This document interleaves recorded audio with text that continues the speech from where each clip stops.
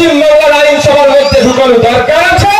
তারা আর ওসিআইসি কে আছে যে বাবার কথা শুনে ঢুকিয়েছেন, সেই বাবাকে বলবে যদি বিধানসভায় সেই বাবা হাজির থাকে যে নওশাদ সিদ্দিকী মমতা ব্যানার্জির সামনে ব্যবহার করে, যেগুলো বলে মমতা ব্যানার্জি হয় শোনে, জিজ্ঞাসা করুন।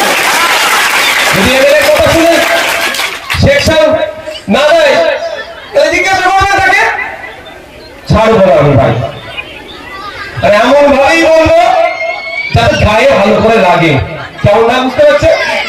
এমন ভাবে বলবো যেন মমতা ব্যানার্জি কোনো অপমানিত হয় তার দপ্তরের অফিসারের জন্য। মানে কেন বলুন তো, মানে আমি অশ্লীল কোনো ভাষা বলবো না, শালীনতা বজায় রেখে এমন বলবো যাতে মমতা ব্যানার্জির যেন প্রচন্ড ভাবে কথাটি গায়ে লাগে।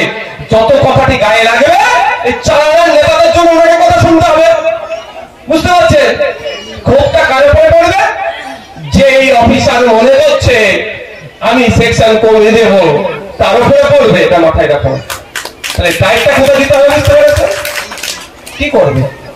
আপনারা ভাবছেন পুলিশের বিরুদ্ধে এত বলছেন, কি করবে নাকি?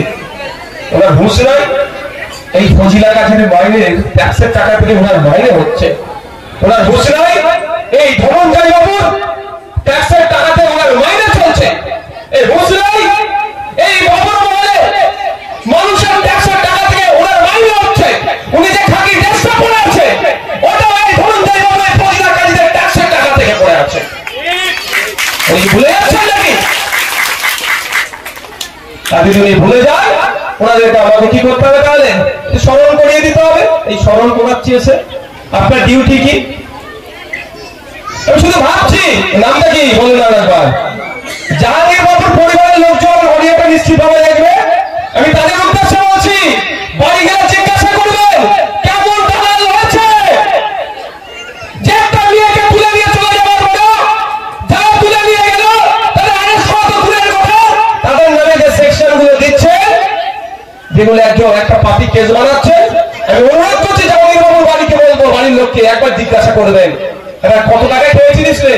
আমরা করতে পারছি না, লজ্জিত আমরা। পুলিশ তো আমাদের বললো যে আমি করতে পারছি না, বাড়ির লোককে জিজ্ঞাসা করতে পারে আরে ক টাকা দিয়েছিল রে, তাই না? জাহাঙ্গীর বাবুর বাড়ি খবরটা করুন। শুধু অবাক হয়ে যাচ্ছে। আপনাদের কাছে অনুরোধ করবো